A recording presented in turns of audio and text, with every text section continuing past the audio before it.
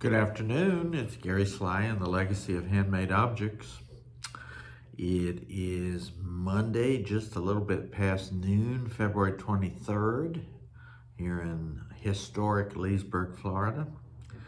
We've got a little bit of a cold snap going on. It was in the 40s when I woke up this morning, and it looks like it's going to be just above freezing tonight. Another couple days of this, and then we'll be back to 60s in the daytime, 60s at night and 80s in the daytime.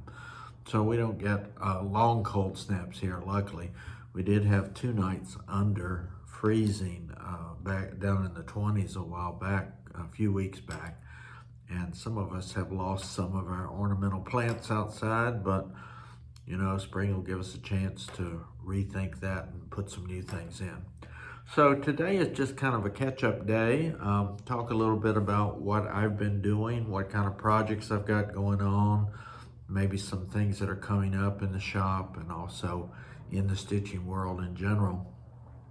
I suspect, to start off with, that you're tired of hearing about my 50-state quilt because I've been talking about it for quite some time. It's one of those projects that took 35 years to finish, and it's just very exciting to kind of have it done.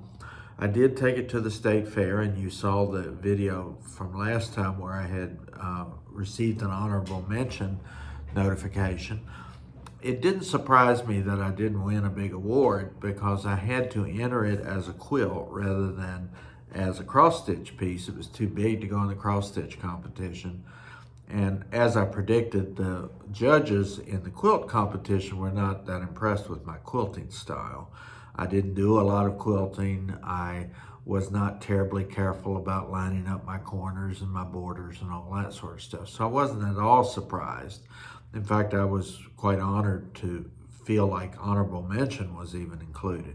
But when I got to the fair to pick it up, guess what? I was surprised to hear that I had received the Director's Choice Award, which meant one of the board of directors from the fair looked at my quilt and thought, well, this is a pretty unique combination and a good contribution to the life of the fair. And so that was really exciting. So I promise I won't keep talking about the quilt from now till eternity. I am going to enter it in the local Lake County Fair. Again, not so much worried about whether I win anything or not, but just because I think it's important for those of us who are doing this kind of stuff to continue to put it out there and make sure that people around us in the community know that people are still stitching. Quilting is very popular, so a lot of people know about that, but just want to be sure that you know, our community knows that there's still stitchers around. So I thought I'd show you a little bit about what I'm working on. I really have been on a real needlepoint craze, and you saw the 4 William Morris designs that I did a few weeks back that are going to turn into chair pillows. Now this was a William Morris chrysanthemum design that I picked up from a book that I bought at the Royal School of Needlecraft. I had originally thought I was going to do 4 chair cushions using 4 floral designs from William Morris. And this was the first one I was getting ready to work on. And you can see I have this kind of burnished gold background. Well, I got off on that kick with the citrus and the fruits and all that and decided I didn't want this as a chair cushion. So I'm just going to finish enough of it so that I can frame it. I hate to waste all the energy that I put into it, and it's still a lovely piece, so that's what I'm going to do with that. As far as what else I'm working on, I mentioned the quilt project that I'm doing here for the community to honor the 250th anniversary. I started working on my quilt square. I stamped the logo from my shop onto this blue fabric, and now I'm embroidering over it. And of course, I'll do some fancy stitches and do some other things to embellish that quilt square. And I did get one finished quilt square already. My friend Barbara, who works here in the shop part-time, took her quilt square to an embroiderer and had them put on it one of her favorite things, which are rocking horses, carousel horses rather. So those are a couple things that are going on.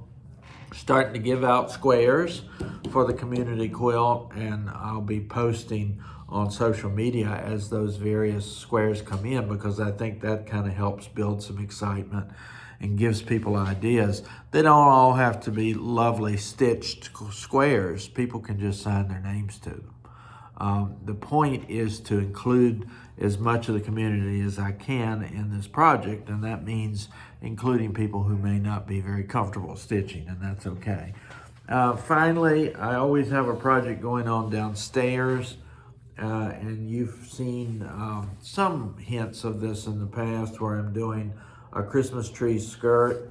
I finished the first Santa, who's there with the ball up in the air, and you can see I've just begun the second one there, who has a little pouch on his side. These are 15 vintage Santas that came in a kit that I bought, which is itself quite vintage. And it's something that I'm going to be working on. Might not even have it finished for Christmas of 26. But it's a project that I work on down in the shop when things are slow down here. They haven't been slow down here much lately, so I haven't gotten to do a lot of work on those Santas. And finally, on my to-do pile, this is coming up pretty quickly. I'm going to start working on a wedding sampler. I'm not going to say a whole lot about it because I want it to eventually be a surprise for the person it's going to be for, but you'll see it finished and maybe get to hear a little bit about the celebration. There's a wedding coming up later in the year, and I found this counting puddles design that I like a whole lot. It's called a modern botanical wedding sampler. I find it's hard to find wedding samplers that modern brides would enjoy. Some of the old-fashioned ones are just not quite up to what I think they would like. I rarely will order fabric specifically for a project, but I did go ahead and order this 28 count linen from Wish Out in an artichoke color, because the design itself is going to have some nice white on just plain white lettering and some design work there, if you can see it in the heart shape. And I thought this would be a nice thing, so I actually ordered the real fiber that the design count calls for. I rarely do that, but I thought maybe this was the time to do that. So those are all kind of things on the docket. Everything has started except the wedding sampler, but I've already pulled all the threads for that, and I'm about ready to get started. Since there is a deadline, I do want to get going so I don't have to be rushing around at the end trying to figure out how to frame things. Something new I've been hearing about both online and from my own customers here is the death of Mill Hill perforated paper.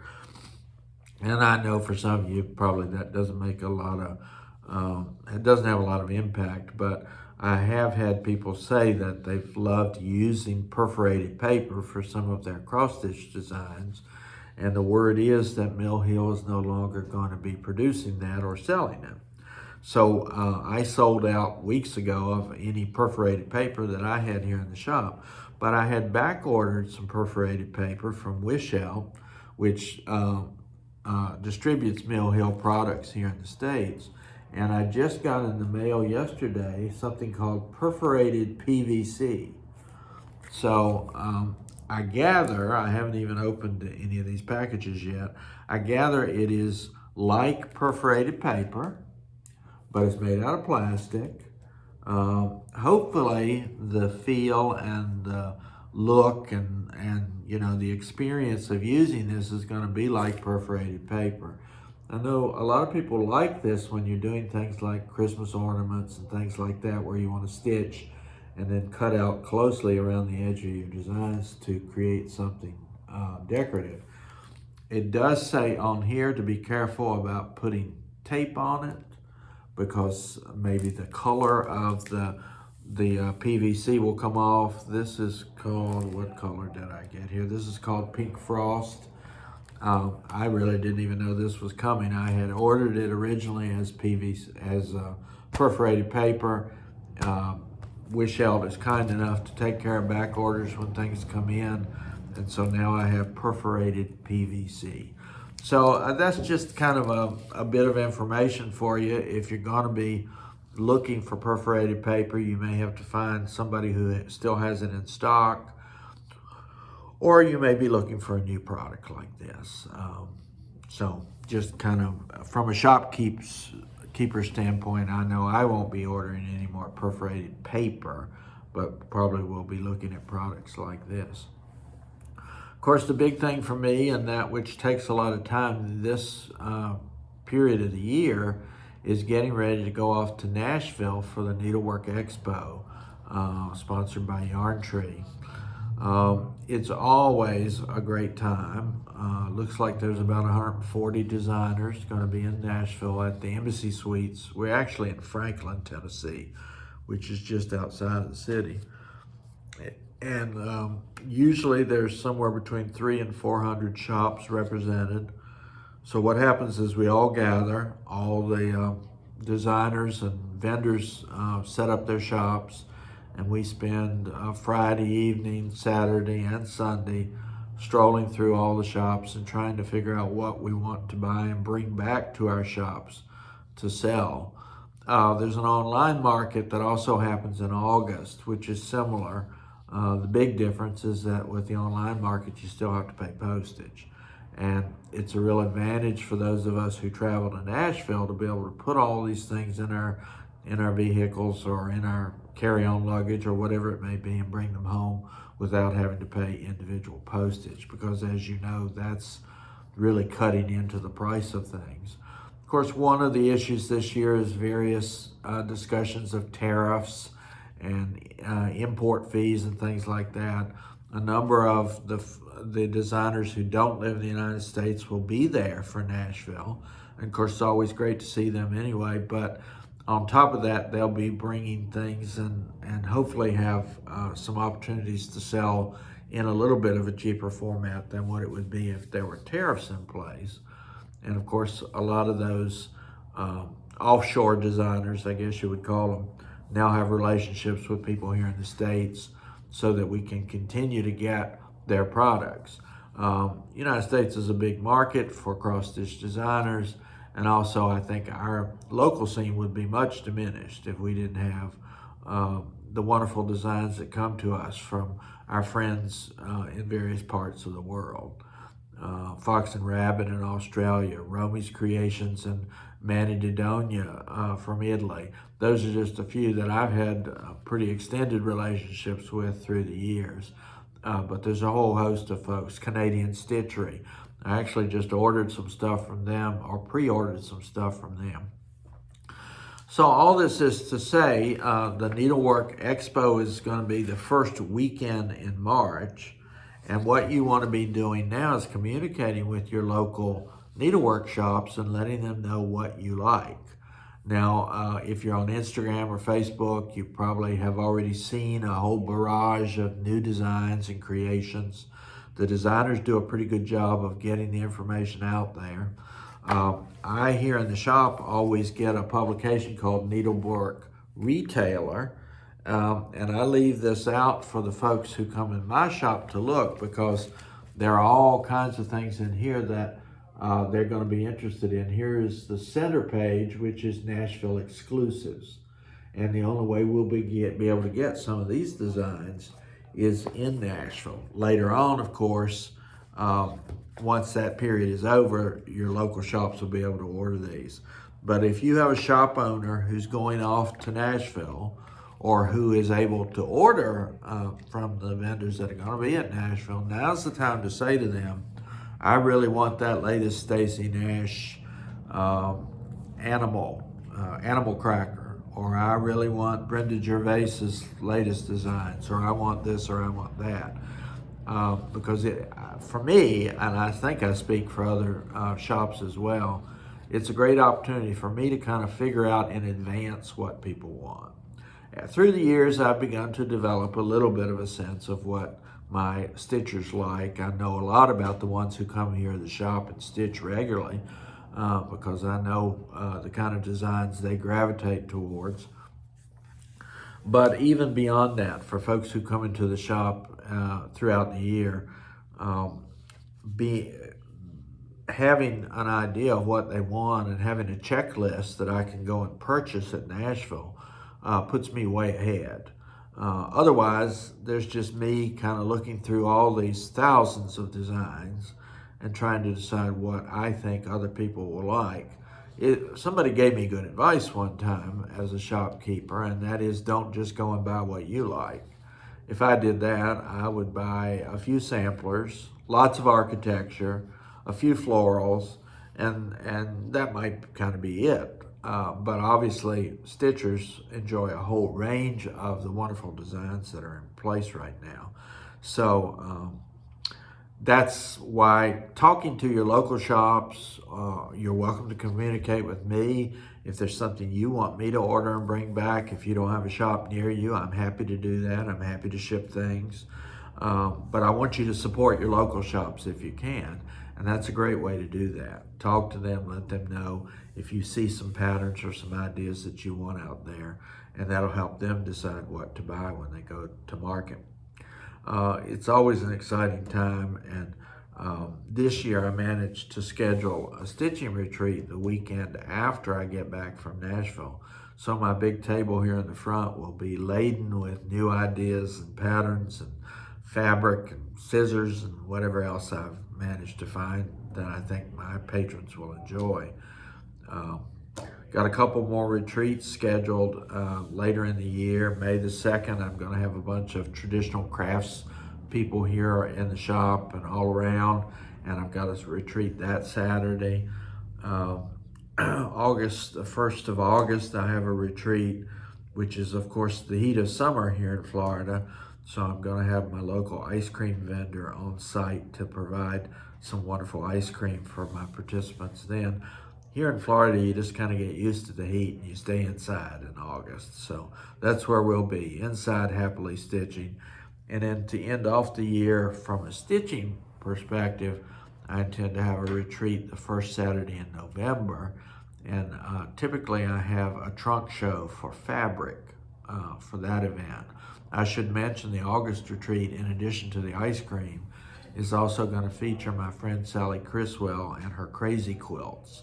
She's going to do some classes and some lectures.